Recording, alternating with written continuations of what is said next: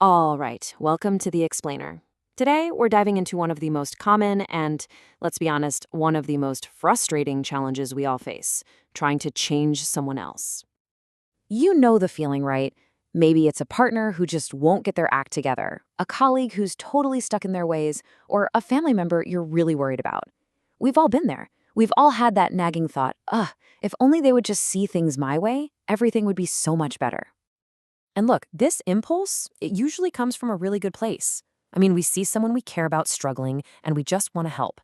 But as author Mark Manson points out, this desire to fix them often traps us in what he perfectly calls an emotional clusterfuck, where all our good intentions just end up making everything a whole lot worse. So what happens when our attempts to change them inevitably fail? Well, we start telling ourselves stories to make sense of it. We either blame ourselves, maybe I'm just not being supportive enough, or we end up blaming them, like in this quote. We decide, oh, it's just their insecurities. But what if it's not about you and it's not about them? What if the entire strategy of pushing for change is what's fundamentally broken? Okay, so let's really break this down. Take a look at our usual playbook. We criticize them, for their own good, but what they actually feel is shame. We demand they do things differently, and we're met with a wall of resistance.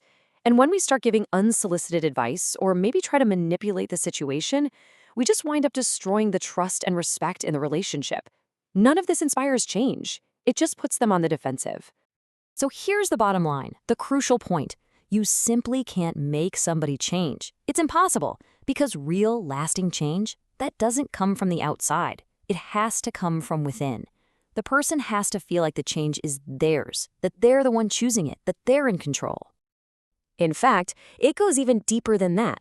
Psychologists will tell you that trying to force change isn't just ineffective, it's a violation of their boundaries. We all have a right to set our own limits. And every time we push past those lines, even when we think we're helping, we're actually chipping away at the very foundation of the relationship, safety and trust.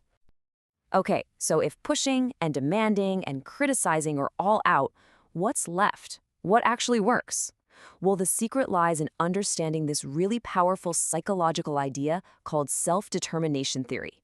And honestly, it's a total game changer. So, there are these two psychologists, Richard Ryan and Edward Deci, and they developed this hugely influential theory. It basically says that all human beings, everywhere on the planet, have three essential psychological nutrients that we need to thrive. Think of it like this. A plant needs sun, water, and soil to grow, right? Well, we humans need these three things to grow too. And right here, this is the light bulb moment. This is why our efforts to force change always fail. When we try to make someone do something, we are launching a direct attack on their need for autonomy, that deep, fundamental human need to feel like you're the one driving your own life. You just can't force growth by taking away the very thing people need to grow. So what's really cool is that we can actually use this idea to build a practical toolkit. Instead of trying to be the change for someone, we can learn how to create an environment where they can change themselves. And it all kicks off with one simple, but really profound shift in your mindset. It all comes down to this. You have to stop being a critic and start being an ally. A critic, they're on the sidelines, pointing out everything that's wrong, telling people what to do. But an ally is an invited partner. An ally doesn't walk in assuming they have all the answers. Instead, they work to empower the other person's own thinking and help them get to the outcomes they want to achieve. There's actually a great 4-step process for this, laid out by authors Peter Bregman and Howie Jacobson.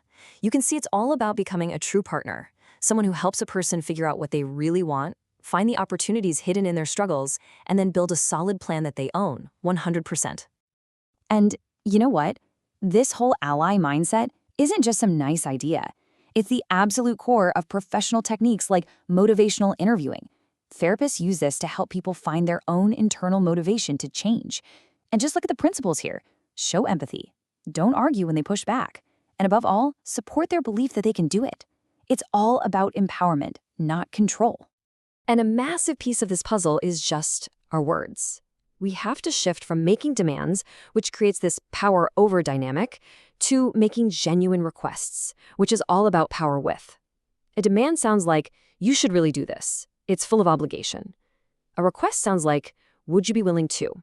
It honors their choice, it honors their autonomy. And hey, This isn't just for therapists. Think about the greatest coaches in the world, like Steve Kerr with the Golden State Warriors. His job isn't to command and control his superstar players. His job is to empower them, to guide them, and then to trust them to own their game. He nudges, he doesn't push. Okay, so this all leads us to the single most important and maybe the hardest takeaway from all of this. It's right there on the screen. You cannot change other people, you can only change yourself. So let's talk about what that really means in the real world. So, what does changing yourself actually look like? Well, it means leading by example. It means learning to ask good questions instead of just jumping in with answers. It means offering your support with no strings attached. And then, stepping back.